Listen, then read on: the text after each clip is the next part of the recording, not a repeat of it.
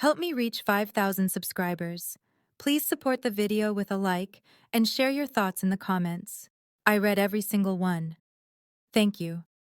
My name is Emily, and until last week, I believed my husband Ryan was the quiet type, the man who smiled through every awkward moment and never raised his voice, no matter how sharp my jokes became.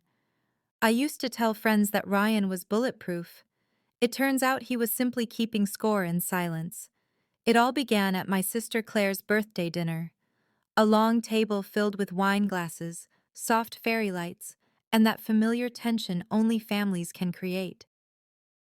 Ryan had driven us there, made sure Claire's flowers were perfect, and even ironed my dress while I got ready. He looked so effortlessly polished that I almost felt irritated. When dessert arrived, the conversation drifted toward relationships. Claire's fiancé bragged about surprising her with a spa weekend. Someone asked Ryan what the most romantic thing he had ever done was. He gave a small smile and said, "I make coffee every morning. That counts, right?" Everyone laughed, and for some reason, I felt the urge to turn it into a show. I lifted my glass and said, "Oh, please. Ryan's idea of romance is unloading the dishwasher without me reminding him." Laughter spread around the table. It seemed harmless. I told myself it was just a simple joke. But then I saw his eyes, calm and patient, with that sharp glint people get right before lightning strikes. He gently set his fork down, wiped his mouth with his napkin, and said, "That's fair, Em, but if we're sharing, your idea of romance is posting our fights on Instagram stories before we even finish having them." The entire table went silent. Even the waiter froze mid-pour.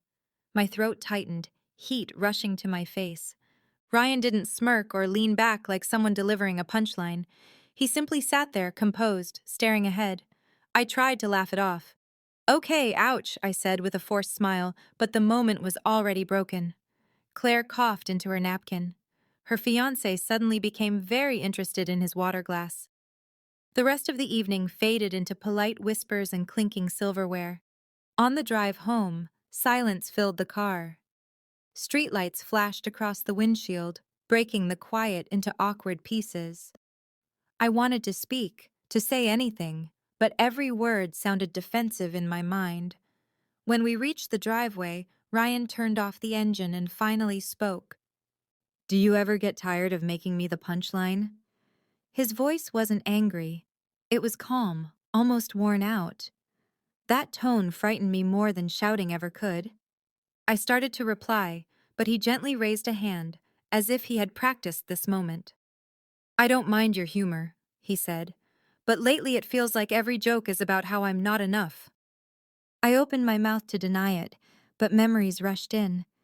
Comments at barbecues, double meanings in front of friends, the small digs I thought were cute. I realized how often I had chipped away at him, hiding insecurity behind humor. "I didn't mean to," I said quietly. He nodded. "I know.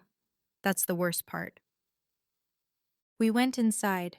I sat on the edge of the couch while he removed his jacket, hung it neatly, and walked upstairs. No slammed doors, no sighs, just soft footsteps. That calm hurt more than anger ever could. I spent the night replaying the dinner in my head. The laughter, the silence, the way his eyes stayed steady while mine searched for an escape.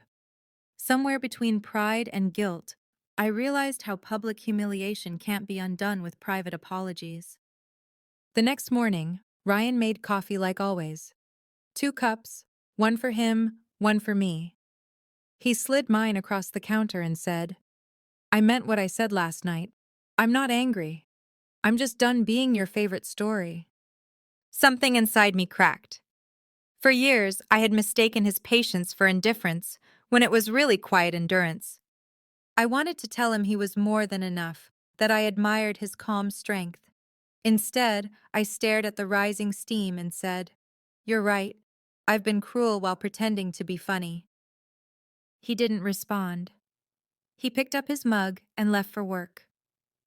The door closed softly behind him, leaving the kitchen too quiet, too real. That day, I couldn't focus.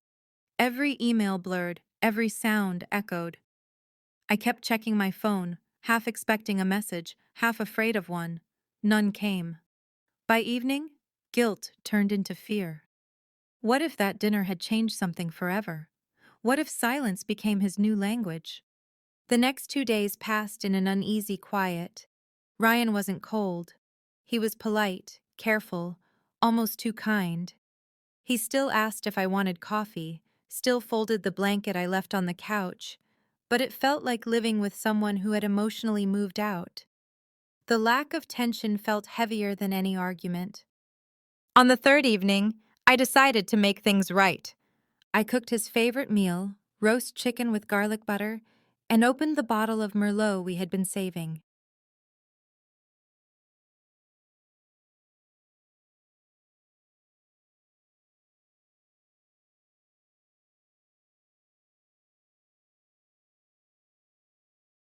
This is exactly where it started. Her brows pulled together. What does that mean? Outside, I said calmly. The balcony, 10:30. Your phone was open. Your messages were open. You don't go there at a work event unless you need privacy. She blinked rapidly, panic rising. Eli, please.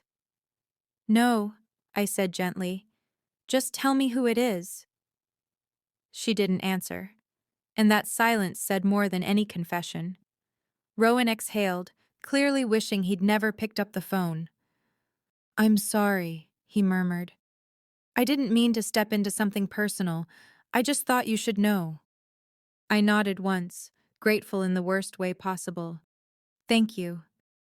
He walked away quietly. I turned back to her. We're leaving. She followed me through the lobby, heels clicking too fast, breath too shallow. Outside, the cold hit us hard. Our Uber hadn't even arrived when she finally spoke. His name is Lucas, she whispered. We've been talking for a while. Just talking, Eli. I swear. I closed my eyes. People don't send messages like that for just talking. Her voice broke. I didn't do anything physical. I didn't cheat. I didn't feel seen. I didn't feel like you cared anymore. There it was, the pivot, her loneliness, her justification. I work 60 hours a week, I said quietly, trying to give us a life that doesn't fall apart. I thought you understood that. Tears spilled down her cheeks. You stopped looking at me. You stopped noticing me. I wanted to feel wanted again. So you found someone else to validate you. She didn't deny it. She couldn't. The Uber arrived, but I didn't get in. I couldn't sit beside her in a confined space with someone else's name burning on her screen. Eli, please come home, she begged. Let's talk there. We'll talk, I said, but not tonight. Her face collapsed. Where will you go? Somewhere quiet. I turned away and walked down the street, ignoring the cold, ignoring her calls, ignoring the way my chest felt split open. I didn't go far, just to a small 24-hour cafe a block away, the kind of place with mismatched chairs and warm lights that don't ask questions. I sat there for an hour, maybe two, replaying everything over and over in my head. The distance, the forced smiles, the balcony, the message. He won't suspect anything tonight. I promise.